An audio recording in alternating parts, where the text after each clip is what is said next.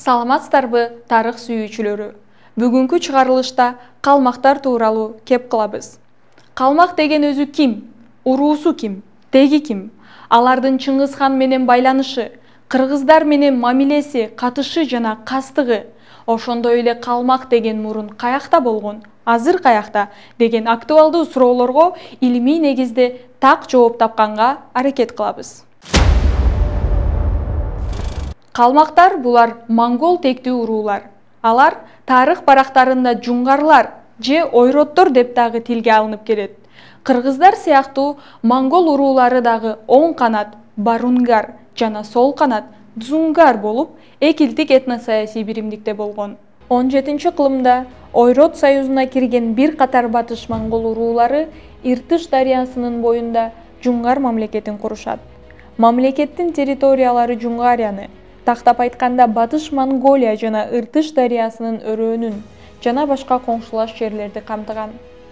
Хандыктын түптөлүшү 1635 же 1676 жылдарга туура келген. Жуңгар хандыгынын башкаруучулары Чорос уруусунан келип чыккан Тогон менен Эсен аттуу ойрот тайшаларынын урпактары болгон. Көпчүлүк тарыхчылардын айтымында мамлекетти Батур Контайши негиздеген. Батур Контайшинин бийлигин Хакасия, Түштүк жана Батыш Казакстан, Чыгыш Түркстан, Борбордук жана Орто Азия, Монголия, Түндүк Кавказдын жана Кукунор хандыгынын аймагы толук кандуу тааныган. Ойрот башкаруучулары 1640 жылы жалпы монгол курултайын өткөрөт. Анда алар Талаа кодексин кабыл алышат. Бул съездге Яик менен Волганын куймасынан Батыш Монголия менен Жунгарияга чейинки бардык ойрот жана халка монгол хандарынын, князьдик үй-бүлөлөрдүн өкүлдөрү катышкан. Аталган мыйзам бардык ойрот ээликтери үчүн бирдиктүү мыйзамды белгилеген. Гелук мектебинин буддизмин бирдиктүү дин катары тааныган. Бирок бул мыйзамдын кабыл алынышынын эң башкы максаттарынан бири кыргыздар менен казактарга каршы согуш ачуу, жортуулдарга башка монгол урууларынын катышуусун камсыздоо болгон. Жуңгар мамлекети курулганга чейин эле калмактар Орто Азиянын жайыттарына көз артып, казактар менен кыргыздарга каршы согуш ачып турган. Бул маалыматтар Орусиянын архивтеринде жана Орто Азиянын тарыхчыларынын эмгектеринде кеңири чагылдырылган. 1643 жылы Батур Контайшинин аскерлери казактар менен кыргыздардын аймактарына кол салып, андан ары Ташкент менен Түркистанга чейин кирип барат. Бирок Аштарханиттердин аскерлеринин чечкиндүү коргонуу аракеттеринен кийин калмактар артка чегинүүгө мажбур болот.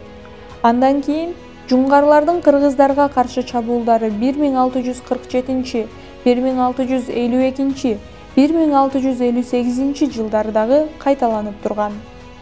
1678 жылы Жуңгар хандыгынын жаңы өкүмдары Галдан Бошокту хан бир азга токтоп калган агрессияны кайрадан жандандырып, адегенде Чыгыш Түркистанды өзүнө каратып алат да, андан кийин Орто Азияга жортуул жасайт.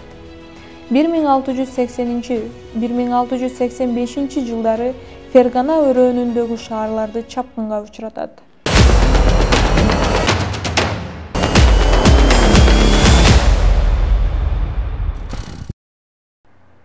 Бул мезгилде Орто Азияны бийлегиси келгендер жалгыз эле калмактар эмес болчу. Орто Азиядагы бийлик үчүн күрөштө калмактар кытайлыктар менен бетме-бет келишет. Син империясы калмак аскерлерин талкалап салгандан кийин Жуңгар хандыгы алдан таят. Мындан улам Орто Азияга каршы согуш аракеттерин бир топко чейин жүргүзө албай калат. 1700 жылы жуңгарлар Чыгыш Түркистандан кыргыз урууларын батышты карай сүрүп чыгат да Кашкарияны кайрадан ээлеп алат. Бирок 1720 жылы Кытайдын Син династиясынын армиясы Турфан шаарына чейин кирип келип, Урумчидеги жуңгар аскерлерин талкалап кирет. 1722 жылы Севан Рабдан Памир менен Бадахшандагы кыргыздарга каршы согуш жарыялап, ал жактагы кыргыз урууларын Гиссар менен Кулябка чейин сүрүп чыгат. 1727 жылы Жуңгар мамлекетинин Орто Азиядагы агрессиясы мурдагыдан дагы күч алган. Кыргыз жерлерин калмактардан Кетмен Төбөлүк Маматкул би, Кубат бийлер коргоп чыгышат. Түштүк аймактагы кыргыздар Кокон хандыгынын башкаруучулары менен биргеликте калмактарга каршы согушуп турушкан. Кыргыздар менен жуңгарлардын аскерлеринин эң катуу салгылашуусу 1744 жылы болгондугу айтылат. 18-кылымдын ортосунда Орто Азия жана Чыгыш Түркстан аймактарында кайрадан жуңгарлар менен айыгышкан согуштар башталат. Ошондуктан Сыр дарыянын жогорку агымы тарапта жайгашкан кыргыз айылдарына каршы жуңгарлардын 30 000 кишилик чоң армиясы жортуулга чыгып, 3 айдан кийин 7 000 аскерин жоготуп, кайра тартышкан. Албетте, мындай жоготууга учураган жуңгарлардын кыргыздарга каршы согуш аракеттери ийгиликтүү болгон деп айтуу мүмкүн эмес. 18-кылымдын ортосунда казактар, кыргыздар, каракалпактар, өзбектер, уйгурлар биригип, калмактарды өз жерлеринен сүрүп чыгышкан. Жуңгар хандыгы 18-кылымдын ортосунда ички чыр-чатактан жана бийлик талашуудан улам алдан тая баштайт. 1755-1759 жылдары Кытайдын 200 000 эбегейсиз чоң армиясы калмактарды басып алат. Ошондон кийин гана Каратегин, Гисар, Куляб жана Бадахшан тарапка аргасыздан көчүп кеткен кыргыз уруулары кайрадан өздөрүнүн ата журтуна акырындан кайтып келип жайгаша баштаган. Сиз калмактардын тарыхтагы кара жортуулдары менен кантип калыптанып, кандайча кыйрап жок болгондугун так тарыхта көрдүңүз. Саламатта туруңуздар.